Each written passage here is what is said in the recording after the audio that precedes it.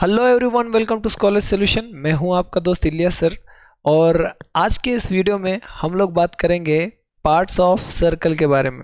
तो चलिए let's begin. देखिए, सबसे पहले ये वीडियो स्टार्ट करने से पहले हम समझ लेते हैं कि what is mean by a circle, कि सर्कल का मीनिंग होता क्या है।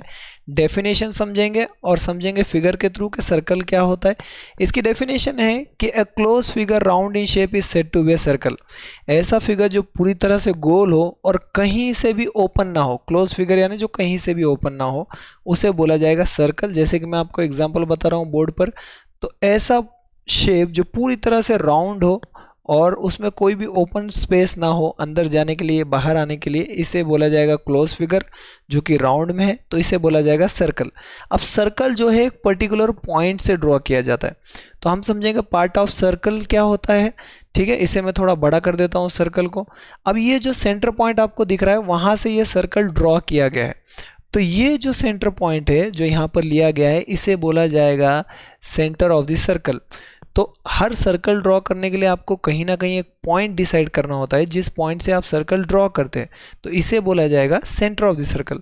अब इस सेंटर ऑफ द सर्कल से अगर एक आप लाइन ड्रॉ कर लेते हैं जो कि जाकर लग जाती है सर्कल को, तो इसे बोला जाएगा रेडियस। मैं इसे नेम दे देता हूँ ओ ए, इसे बोला जाएगा रेडियस। अब ये जरूरी नहीं कि ये राइट साइड में ही आए, आप सेंटर से कहीं पर भी लाइन ड्रॉ कर दिए। जैसे मैंने एक और लाइन ड्रॉ कर दी है ओ बी, ये भी रेडियस बोला जाएगा। एक और लाइन ले लीजिए ओ सी, ये भी रेडियस बोला जाएगा। तो आप ऐसे इनफाइनाइट नंबर ऑफ रेडियस जो है सर्कल में ड्रॉ कर सकते हैं। अगर ऐसे एमसीक्यू आ जाता है आपको, how many circles you can draw in A radius, तो आप बोल सकते हैं उसमें इनफाइनाइट नंबर ऑफ रेडियस जो है हम ड्रॉ कर सकते हैं। आइए चलते हैं एक और पार्ट ऑफ अ सर्कल की तरफ। रेडियस तो आप समझ चुके हैं। अगर कोई लाइन ऐसी आ जाती है जो बिल्कुल सर्कल में से पास होती हुई सर्कल को दो जगह टच हो रही है। अब रेडियस जो है ना, सेंटर से निकल के सिर्फ एक जगह टच हो रहा था सर्कल को। अब ये जो है सेंटर से ही निकल रही है लाइन, लेकिन सर्कल को दो पॉइंट्स पे टच कर रही है, एक पॉइंट सी और एक पॉइंट डी। और इंपॉर्टेंट चीज क्या है कि ये जो लाइन है ये सेंटर ऑफ द सर्कल में से पास हो रही है। तो ऐसी लाइन जो सर्कल को दो जगह टच करती है और सेंटर ऑफ द सर्कल में से पास होती है, इसे बोला जाएगा डायमीटर। ये इसमें बहुत इंपॉर्टेंट चीज़ ये है कि ये सेंटर में से पास होगी लाइन, ठीक है, वरना इसे डायमीटर नहीं बोला जाएगा। अब अगर कोई ऐसी लाइन आ जाती है जो सर्कल को दो जगह तो टच कर रही है पर सेंटर में से पास नहीं हो रही, जैसे आपके सामने लाइन है ई एफ। अब ये जो है ये भी सर्कल को दो जगह टच कर रही है बट सेंटर में से पास नहीं हो रही। तो ऐसी लाइन जो सर्कल को दो पॉइंट्स पे टच होती है बट सेंटर में से पास नहीं होती है, इसे हम बोलेंगे कॉर्ड। तो ये था बेसिक स्ट्रक्चर जो सर्कल को अंडरस्टैंड करने के लिए होता है। जो सेंटर से लाइन निकलती है और सर्कल तक जाती है उसे बोला जाएगा रेडियस, जो हमने देख लिया है। सेंटर पॉइंट को हम बोलेंगे सेंटर ऑफ द सर्कल। ऐसी लाइन जो सर्कल को दो पॉइंट्स पे टच होती है और सेंटर में से पास होती है उसे बोलेंगे डायमीटर। और ऐसी लाइन जो सर्कल को दो पार्ट्स में तो टच हो रही है पर सेंटर में से पास नहीं हो रही, इसे बोला जाएगा कॉर्ड। अच्छा, अब एक बात और चीज आप ध्यान में रखिए कि डायमीटर को कॉर्ड बोला जा सकता है पर कॉर्ड को कभी भी डायमीटर नहीं बोला जा सकता।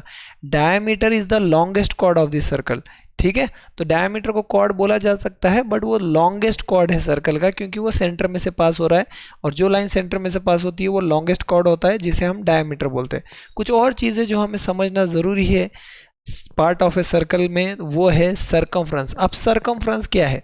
सरकमफ्रेंस ये जो आप जिससे सर्कल बना है, ये जो कर्व है जिससे सर्कल हमने बनाया है, इसे बोलेंगे सरकमफ्रेंस। तो सरकमफ्रेंस मीन्स जिससे हमने सर्कल बनाया है वो हो जाएगा हमारा सरकमफ्रेंस।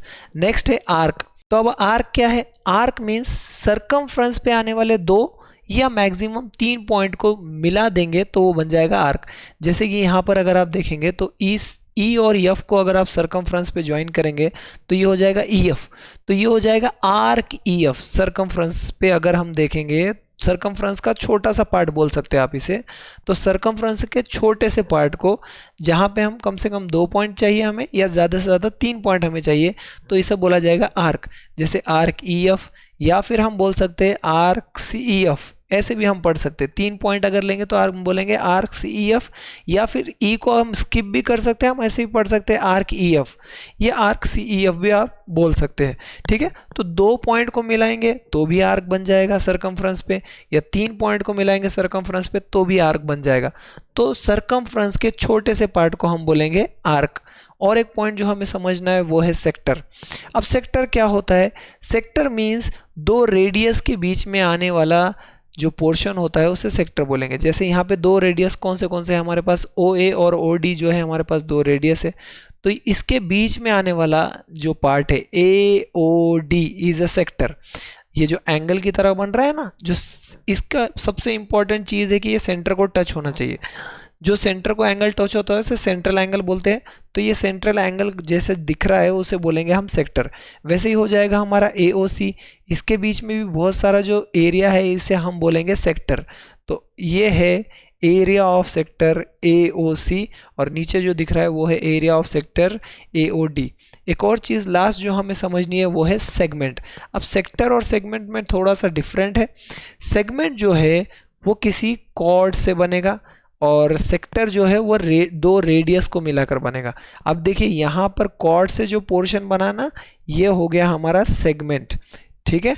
तो इसी तरह से डायमीटर के हिसाब से भी दो सेगमेंट बन जाएंगे हमारे। एक राइट साइड में बन जाएगा पूरा एक सेगमेंट डायमीटर की वजह से, ये एक सेगमेंट हो गया जो कि हमारा राइट साइड में जा रहा है, और ये लेफ्ट साइड वाला जो है ये एक हमारा सेगमेंट हो जाएगा डायमीटर की वजह से। तो जो कॉर्ड से या डायमीटर से बन रहे हैं वो है हमारे सेगमेंट, और जो रेडियस से दो रेडियस के बीच का जो डिफरेंट डिस्टेंस है उसे हम बोलेंगे सेक्टर। तो आई होप आपको सरकमफ्रेंस, आर्क, सेक्टर और सेगमेंट ये सारी चीज़ें समझ में आई होगी। आई होप दोस्तों आपको ये वीडियो अच्छा लगा होगा। अगर आपको ये वीडियो अच्छा लगा है तो अपने दोस्तों के साथ ज़रूर शेयर कीजिए, इस वीडियो को लाइक कीजिए और हमारे चैनल को ज़रूर सब्सक्राइब कीजिए। मिलते हैं आपसे एक नए वीडियो में। Till then this is Ilyas sir, thank you for watching the video, take care.